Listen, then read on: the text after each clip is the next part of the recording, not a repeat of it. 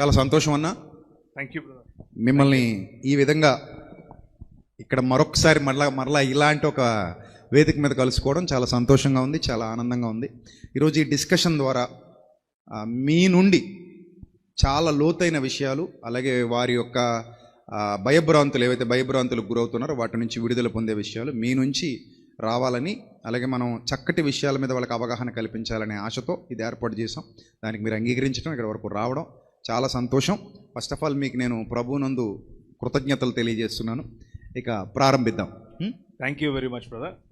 Thank you very much for the invitation. నాకు స్వాగతాన్ని పలికి మీరందరూ కూడా మంచి వార్మ్ వెల్కమ్ నాకు ఇచ్చినందుకు చాలా సంతోషం. రాగానే కాంతికల గారు నాకు మంచి బుల్లెట్ కాఫీ ఇచ్చింది. దాంతో నిద్ర మొత్తం ఎగిరిపోయింది.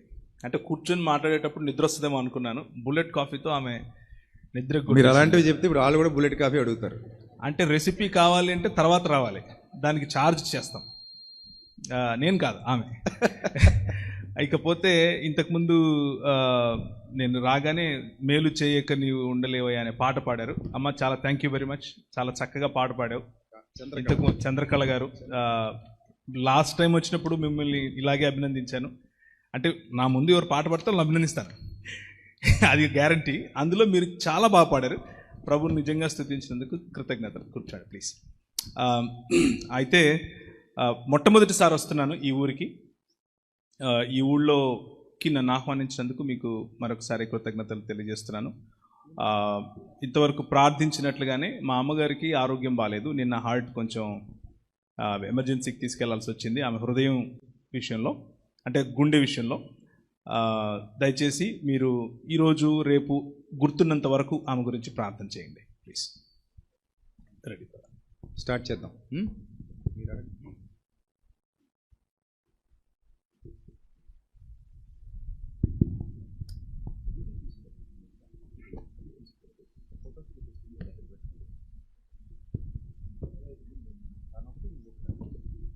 ఓకే, అందరికీ ప్రభు పేరట నా హృదయపూర్వక వందనాలు. అలాగే అన్నయ్య, మీకు హృదయపూర్వక ఆహ్వానాన్ని తెలియజేస్తున్నాం. మీరు మా ప్రాంతానికి, మా సంఘ సహవాసానికి రావడం చాలా చాలా సంతోషం. మేము ధన్యులము. Thank you very much. Pleasure is all mine. Thank you అన్న. పొద్దున్నుంచి స్త్రీ పరిచర్య, స్త్రీ జీవితం, స్త్రీ మీద ఉన్నటువంటి ఆంక్షలు, స్త్రీకి వస్తున్నటువంటి రెస్ట్రిక్షన్స్, అది ఫ్యామిలీ లైఫ్ నుంచి కావచ్చు, సోషల్గా కావచ్చు, సంఘ జీవితం నుంచి కావచ్చు, what ever it may be, A points అయితే ఉన్నాయో వాటిలో కొన్ని మాత్రం మేము ప్రస్తావించి ప్రసంగాల రూపంలో చెప్పడం జరిగింది. అయితే ఇప్పుడు కొన్ని క్వశ్చన్స్ ఉన్నాయి నా దగ్గర. మేము కలిసి మిమ్మల్ని ఆ క్వశ్చన్స్ అడుగుతాము. సో మీరు వాటికి వాక్యానుసారమైన వివరణ తప్పకిస్తారని మేము నమ్ముతున్నాం. అలాగే మీలో ఎవరికైనా ఒకవేళ క్వశ్చన్స్ ఇంకా రైజ్ అవుతుంటే కూడా ఆ నెంబర్కి 6349 నెంబర్కి మీరు వాటిని వాట్సాప్ చేయొచ్చు. మొదటి ప్రశ్న, స్త్రీ వాక్యం చెప్పటం దేవుని దృష్టికి విరుద్ధమా? దీనిపై మీ అభిప్రాయం ఏంటి?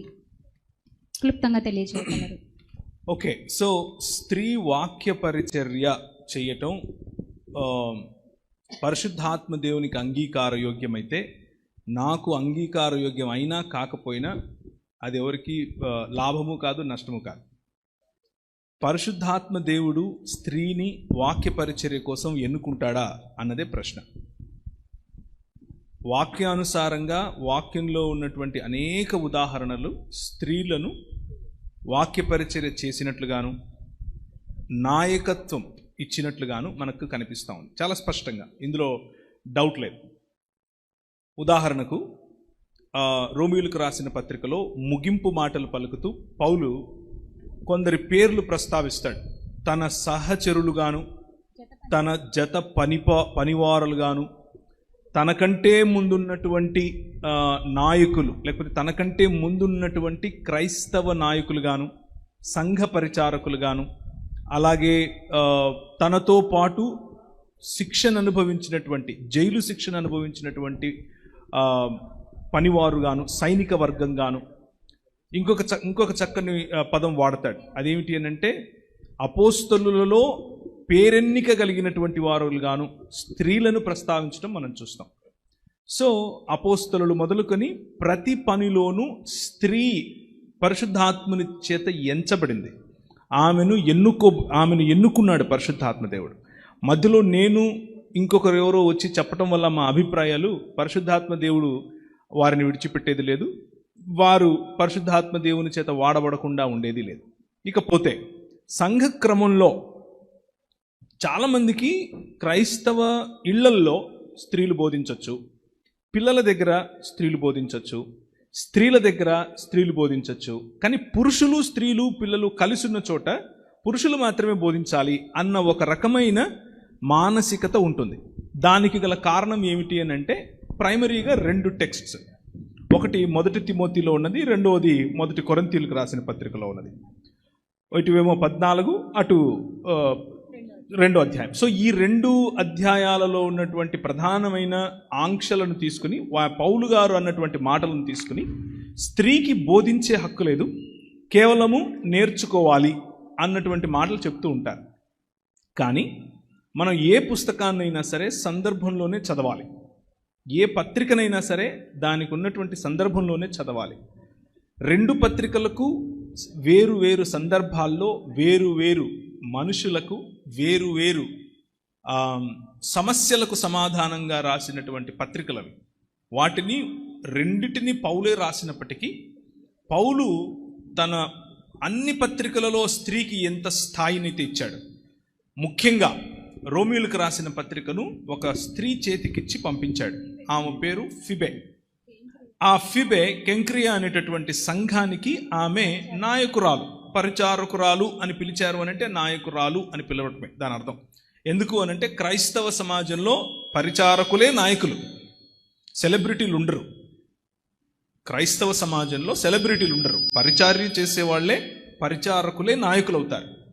సో ఆమె ఆ రోజుల్లో ఉదాహరణకు ఇప్పుడు ఒకసారి ఆలోచించండి, కెంక్రియా దగ్గర ఉన్నటువంటి పౌలు దగ్గర నుంచి ఈ పత్రిక తీసుకుని ఎఫెస్కు వెళ్ళాలి. ఎఫెస్కు వెళ్ళి లేదా రోమా ప్రాంతంలో ఉన్నటువంటి సంఘానికి ఈమె ఇవ్వాలి. దాదాపు 350 నుంచి 400 మైళ్ళు ఉంటుంది. దాదాపు 350 నుంచి 400 మైళ్ళు ఉన్నటువంటి ఈ ప్రయాణాన్ని ఒక స్త్రీ చేతికి అప్పజెప్పాల్సిన అవసరం లేదు. ఒకవేళ ఆమె బలహీన ఘటమైతే, ఒకవేళ ఆమె పురుషుని కంటే నిమ్నురాలైతే, ఒకవేళ ఆమె న్యూనతాభావంలో ఉన్న వ్యక్తి అయితే, ఒకవేళ ఆమెకు బుద్ధి మందగింపు అయితే, ఒకవేళ ఆమెకు కావలసినంత లేకపోతే ఆమె ప్రయాణానికి కావలసినంత ఆ ఆర్థిక స్థోమత లేకపోతే, అలాగే ప్రావీణ్యత లేకపోతే, అలాగే ఆయన రాసినటువంటి ఈ గ్రీకులో రాసినటువంటి వాళ్ళు మాట్లాడేటటువంటి భాష సిరియాక్ లేకపోతే అరమాయిక్ భాషలు మాట్లాడాలి, ఎందుకంటే కెంక్రియా అనే ప్రదేశం. కానీ గ్రీకులో రాసినటువంటి పత్రికను తీసుకొని వచ్చి చదివి వినిపించి దాని అర్థం చెప్పాలి. మీ ఇష్టం వచ్చినటువంటి దాని మొదటి లేకపోతే 2వ మందిరపు యూదా సమాజం అని పిలుస్తారు వీళ్ళని. మధ్యధరా సముద్రం చుట్టూ ఉన్నటువంటి ద్వీపాలు ఇవి. మధ్యధరా సముద్రం అన్నది మీరు ఒకసారి మీ సెల్ ఫోన్ చూపించండి. నేను ఆఫ్ చేయమని చెప్పను, ఆన్ చేయమని చెప్తా. ఓకే, మ్యాప్స్లోకి వెళ్ళండి. మ్యాప్ అని ఒక యాప్ ఉంటుంది. ఆ మ్యాప్స్లోకి వెళ్తే ఇస్రాయేలు ప్రాంతానికి సిరియా ప్రాంతానికి మధ్యలో ఉన్నటువంటి సముద్రం కనిపిస్తుంది మీకు. ఇటలీ అనే పటాలం ఇటువైపు ఉంటుంది, గ్రేకు దేశం ఉంటుంది, ఇటువైపు ఏమో ఆసియా ఖండం ఉంటుంది, అటువైపేమో ఆఫ్రికా ఖండం ఉంటుంది. ఈ మూడిటి మధ్యలో ఉన్నటువంటి ఒక సముద్రాన్నే మధ్యధరా సముద్రం అని పిలుస్తారు. వీలైతే చూపించండి లైవ్లో. సో ఈ మెడిటరేనియన్ సీకి చుట్టూ ఉన్నటువంటి ప్రాంతాల గురించి మనం మాట్లాడుకుంటున్నాం. 400 మైళ్ళు ఒక స్త్రీ వెళ్ళాలి. ఆ రోజుల్లో అనగా సెకండ్ టెంపుల్, 2వ మందిరపు యూదా సమాజం అంటే మొదటి మందిరం పడద్రోసిన తర్వాత తిరిగి కట్టారు. అలా తిరిగి కట్టినప్పుడు సాంస్కృతిక నేపథ్యంలో మార్పులు చేర్పులు జరిగాయి. ఎందుకు అనంటే గ్రెకో రోమన్ సామ్రాజ్యం ఇప్పుడు అక్కడ ఏలుబడి చేస్తోంది. ఆ గ్రెకో రోమన్ సామ్రాజ్యంలో ప్రజలు సాంస్కృతికంగా భిన్న అభిప్రాయాల వైపుకు వెళ్ళారు. ఉదాహరణకు సద్దూకైలు, అలాగే పరిసయ్యులు, అలాగే హేరోదీయులు, వీరు మాత్రమే కాకుండా హెలెనిస్టిక్ యూదులు ఉన్నారు. హెలెనిస్టిక్ యూదులతో పాటుగా అక్కడ ఉన్నటువంటి బహుదేవారాధకులు ఉన్నారు. బహుదేవారాధకులతో పాటుగా రోమా చక్రవర్తి అనేటటువంటి ఒక కల్ట్ ఉంది. అంటే రోమా చక్రవర్తే ఇప్పుడు దేవుడు అని చెప్పేటటువంటి, కైసర్ అగస్తస్ అనే దేవుడి గురించి మాట్లాడేటటువంటి ఒక మతం. ఈ మతాల మధ్యలో ఒక స్త్రీని ఎన్నుకుని ఆమె చేతికి తను రాసినటువంటి ఒఫిషియల్ లెటర్, దాని మీద ఇది నేనే రాస్తున్నాను, నా సొంత చేత్తో రాస్తున్నాను, ఇదిగో ఈమె చేతికి ఇస్తున్నాను, ఈమెను మీరు గౌరవప్రదంగా మీ మధ్యలోకి ఆహ్వానించండి అని చెప్పి రాశాడు పౌలు. అనంటే స్త్రీ ఒకవేళ నిమ్నురాలైతే, బలహీన ఘట్టమైతే, తక్కువైతే అలా చేయాల్సిన అవసరం లేదు. చాలామంది ఉన్నారు ఆయనకు అప్పటికే తోడుగా ఆయనతో పనిచేసిన వారు. సో పౌలు యొక్క దృక్పథము, ఏదైతే పౌలు రాసిన పత్రికలు ఉన్నాయో వాటిలో నుంచి అక్కడక్కడ ఏరుకొని చెప్పేటటువంటి దృక్పథం కాదు. పౌలు దృక్పథము స్త్రీకి సమానత్వమునిచ్చే దృక్పథం. అందుకనే ఆయన యునియా అనేటటువంటి స్త్రీని అపోస్తలులలో శ్రేష్టమైన, లేకపోతే ప్రసిద్ధికెక్కిన అపోస్తలురాలుగా చెప్తున్నాడు. నాకంటే ముందున్న అని కూడా చెప్పాడు. అంత మాత్రమే కాదు, ప్రవచించండి అని చెప్పాడు. ప్రవచించటం అనంటే ఈరోజు మనకు టీవీల్లో కనిపిస్తున్నట్లు, లేకపోతే పెద్ద పెద్ద సభల్లో చేస్తున్నట్లు, రేపు నీకు కొడుకు పుడతాడు, లేకపోతే మీ భార్య ఎర్రచీర కట్టుకొనుంది, మీ ఇంట్లో టెంకాయలు వండుతారు రాత్రి, ఇట్లాంటివి కాదు. అవి కాదు ప్రవచనాలంటే. ప్రవచనం అంటే ఏంటంటే అధికారి ఎదుట నిలబడి నువ్వు తప్పు చేసావని చెప్పటం, అది ప్రవచనం. మీ ఇష్టం వచ్చిన ప్రవక్తన పేరు చెప్పండి కళ్ళు మూసుకొని, అదే చేశాడు. అధికారము కలిగినటువంటి వ్యక్తి. ఏ అధికారం అంటే రాజులను సైతం శాసించగల, సరిచేయగల, తప్పుదిద్దగల, బుద్ధివాక్యము చెప్పగల అధికారం. అది కేవలము ప్రవక్తకే ఇచ్చాడు దేవుడు, కేవలం ప్రవక్తకే. మీ ఇష్టం వచ్చిన ప్రవక్తను తీసుకోండి.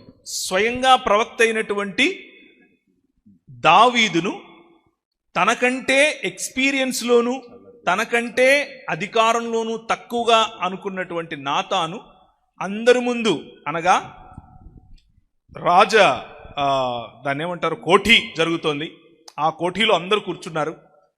ఆయుధదారులు రాజు పక్కన నిలబడుకున్నాడు. కానీ ఈయన వచ్చి పోతావరాను అని చెప్పాడు. That is a profit. అది ప్రవక్త అంటే. పరిశుద్ధాత్మ దేవుడు అభిషేకించిన వారు ప్రవక్తలుగా అయ్యారు. మీ ఇష్టం వచ్చిన ప్రవక్తను తీసుకోండి బైబిల్లో. This is the principle. ఇదే ప్రిన్సిపల్. ప్రవక్త వెళ్ళి అభిషేకిస్తే రాజు అవుతాడు.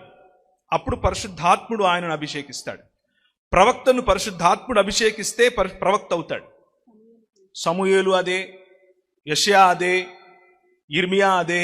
మీ ఇష్టం వచ్చిన ప్రవక్తను తీసుకోండి. ఓకే. సో 2వ అధ్యాయము ఆ అపోస్తలుల కార్యంలో మొదలుకొని పరిశుద్ధాత్మ దేవుడు దిగి వచ్చినప్పుడు మీ పిల్లలు, మీ కన్యకలు ప్రవచిస్తారు అని చెప్పినప్పుడు పౌలు అదే మాటలను తీసుకొని 3 రకాలుగా ఏదైతే ఇశ్రాయేలీయులు తమను తామును సుపీరియర్ అనుకుంటున్నారో, మొదటిది నేను స్త్రీని కాదు, రెండవది నేను అన్యులలో చేరిన పాపిని కాదు, మూడవది నేను స్లేవ్ అంటే బానిసను కాదు అని ఏదైతే అనుకుంటున్నారో ఆ మూడిటిని తీసుకుని ఇప్పుడు క్రీస్తు యేసునందు అబ్రహాముకు చేసినటువంటి ఈ గొప్ప, లేకపోతే అబ్రహాముకు ఇచ్చినటువంటి ఈ వాగ్దానం. ఏంటా వాగ్దానం అనంటే, ప్రపంచములను నీ ద్వారా ఆశీర్వదిస్తాను, ప్రపంచములను నీ ద్వారా తిరిగి నా సామ్రాజ్యముగా, నా రాజ్యముగా, నా కుటుంబముగా చేసుకుంటాను అని చెప్పిన ఆ వాగ్దానము యొక్క ఎయిర్స్ అంటే వారసులు ఇప్పుడు కేవలం యూదులు కాదు, ఇప్పుడు కేవలం యూదులలో ఉన్న పరిసయ్యులు కాదు, ఇప్పుడు కేవలం యూదులలో ఉన్న పురుషులు కాదు. ఎందుకు అనంటే ఆ రోజున్న సంస్కృతిలో వారసత్వం పురుషునికి మాత్రమే, స్త్రీకి రాదు. వారసత్వము పురుషునికి మాత్రమే. ధర్మశాస్త్రం ప్రకారం ఉన్నది వంతు వేరు. వారసత్వము పేరు పురుషునికి మాత్రమే. కానీ పౌలు ఈ మూడిటి వారసత్వం ఇప్పటికీ బానిసకు రాదు, స్త్రీకి రాదు, అన్యుడికి రాదు. కానీ ఆయన అంటున్నాడు ఇప్పుడు వారసత్వము, ఇప్పుడు అబ్రహాము యొక్క వాగ్దానానికి సంబంధించిన వారసత్వంలో స్త్రీ ఉంది. ఇప్పుడు స్త్రీ అని పురుషుడని తేడా లేదు. ఇప్పుడు యూదుడని గ్రీసు దేశస్థుడని తేడా లేదు. ఇప్పుడు దాసుడని స్వతంత్రుడని తేడా లేదు. ఇది పౌలు ఆలోచన. ఈ పౌలు ఆలోచనలో మిగిలినవన్నీ కూడా ఇంటర్ప్రిట్ చేయాలి.